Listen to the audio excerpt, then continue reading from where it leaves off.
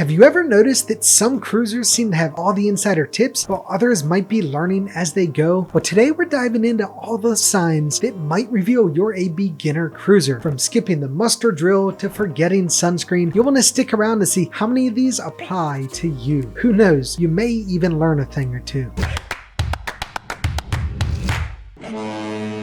Some cruisers seem to have all the tricks down, while others are still learning the ropes. Today we're talking about those little signs that might just show you're a beginner cruiser. But hey, let me be clear, I'm not making fun of anyone. I saw this question asked online and I thought that'd be a really fun video to make. I love new cruisers. In fact, many of you watching are new cruisers, and everyone's got to start somewhere. And if I'm honest, sometimes I wish I could go back and feel what it's like to step foot on a cruise ship for the first time all over again. So this video is absolutely not intended to poke fun at or look down on anyone. This is all in good fun and help you feel more confident on your next cruise. So whether you're a new or a seasoned pro, stick around. You may see a bit of yourself in these. So if you're ready, I am. Let's go.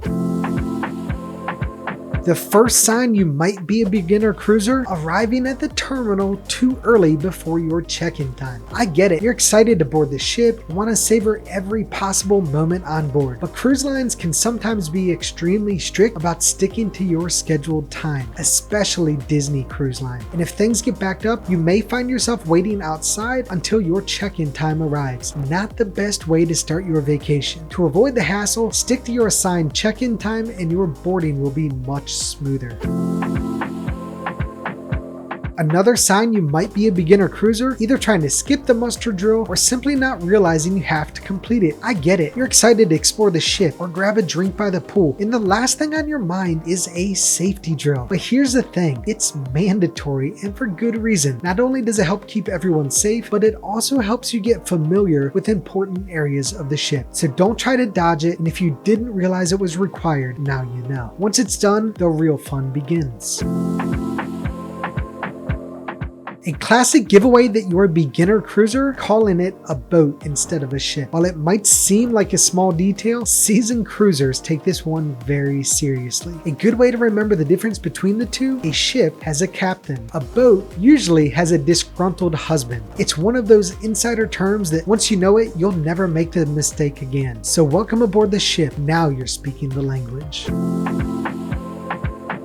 One of the best signs that you're a beginner cruiser: you're genuinely enjoying every second. It's funny because the more cruises you go on, the more you start to hear people say cruising just ain't what it used to be. But when you're new, everything feels fresh and exciting. Every sunset, every meal, every port stop. So if you find yourself soaking in every moment and loving it, don't worry, you're doing it right. Before we jump into the next point, I just want to say thank you for being here. If you're enjoying the video so far, I'd truly appreciate it if you'd give this video a like and subscribe to my channel. I'm passionate about helping you have the best cruise experience possible, and your support helps me reach more people who love cruising just like you and I. So with that out of the way, back to the fun.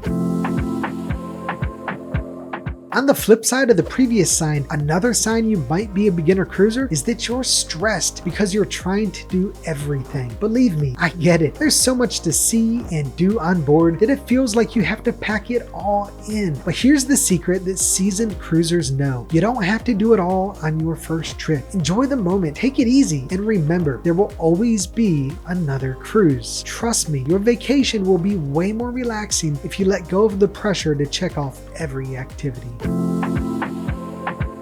of the other giveaways is that you're not quite familiar with all the cruise lingo yet. Words like aft, portside, or tenderboat might leave you scratching your head. But don't worry, everyone's been there. It takes time to learn the vocabulary. By the end of your cruise, you'll be casually throwing these terms around like a seasoned pro. For now, just keep asking questions. You'll get the hang of it in no time. Another sign you might be a beginner cruiser: you're decked out in seasickness patches or those wristbands. And guys, I'm not saying they don't work, because I truly believe they do. And if they help you, go for it. But the seasoned cruisers have usually found their own way of handling motion sickness. And eventually you get your own sea legs where it really doesn't bother you like it used to. I'm super fortunate that I had these, because on my first cruise, it was not a great morning on day 2. But fortunately now I don't have this issue. But guys, if you are rocking the patches and bands, you're probably just getting used to life on the water, and that's totally okay. A telltale sign of a beginner cruiser is that they've packed way too much. It's easy to think you'll need every outfit, accessory, or just-in-case item, but seasoned cruisers know you'll end up wearing half of what you bring. Space in your cabin is limited, and lugging around extra stuff is just a hassle. Next time, go lighter. You'll thank yourself when unpacking is a breeze. If you're looking perhaps a little bit more lobster red than golden bronze by the second day, that's a sure sign that you're a beginner cruiser. The excitement of being at sea can make it easy to forget how intense the sun is out on the open water, especially in the Caribbean. Seasoned cruisers know that sunscreen is their best friend, so make sure you apply and reapply or you'll be feeling the burn in more ways than one.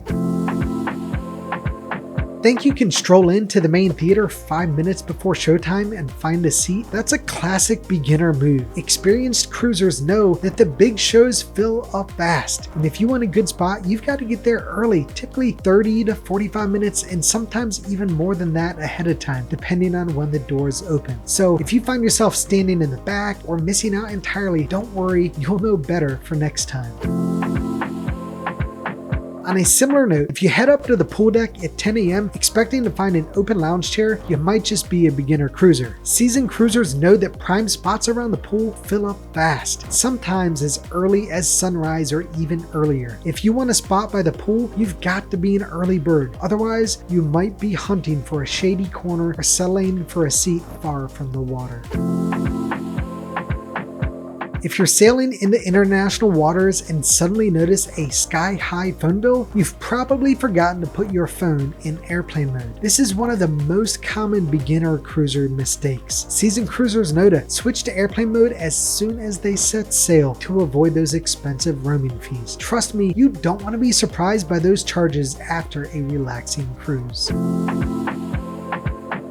If your first stop on embarkation day is the buffet during peak hours, you might be a beginner cruiser. While it's tempting to dive right into the food, seasoned cruisers know the buffet is chaos on the first day. Lines are long, tables are packed, and it's not the most relaxing way to start your vacation. Try exploring other dining options, or better yet, get yourself a good spot at the pool or enjoy the water slides upon boarding while waiting for the buffet rush to die down. You'll thank yourself later.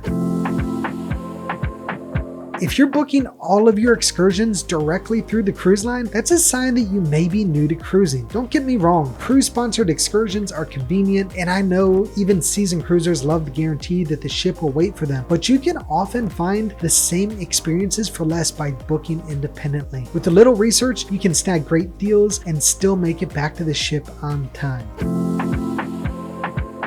Before we dive into the final sign, I just want to take a moment to say how much I truly appreciate you watching and being a part of the Family at Sea community. My goal is to help you love cruising as much as I do. And if you found this video helpful or fun, it'd mean the world to me if you'd give this video a like and subscribe to my channel. It really helps me out and it lets YouTube know that I'm helping people plan unforgettable cruise adventures, which helps ensure I'm able to continue creating more content for you. Alright, so with all that out of the way, the final telltale sign you're a beginner cruiser, you're shocked when you start to see those gratuity charges roll in. Experienced cruisers know that most cruise lines automatically add daily gratuities to your account for the crew. They can add up quickly. Make sure to budget for it ahead of time so you're not caught off guard. And remember, the hardworking crew truly deserves it. Well, there you have it. Those are some of the signs you might be a beginner cruiser. But remember, we all start somewhere. And the best part about cruising is that every trip is a new adventure. So whether it's your first or your 50th cruise, if you saw a bit of yourself in these signs, don't worry, it just means you're learning the ropes and you're well on your way to becoming a seasoned pro. If you enjoyed this video and picked up a few helpful tips, I highly recommend checking out the video that I'm gonna link right below. It covers the biggest cruise mistakes I see beginner cruisers make, and watching it will definitely help you make your next cruise even smoother. Thank you so much for watching and for being a part of the Family at Sea community. Until next time, smooth seas, happy sails, and here's to making incredible memories on your next cruise vacation. Bon voyage!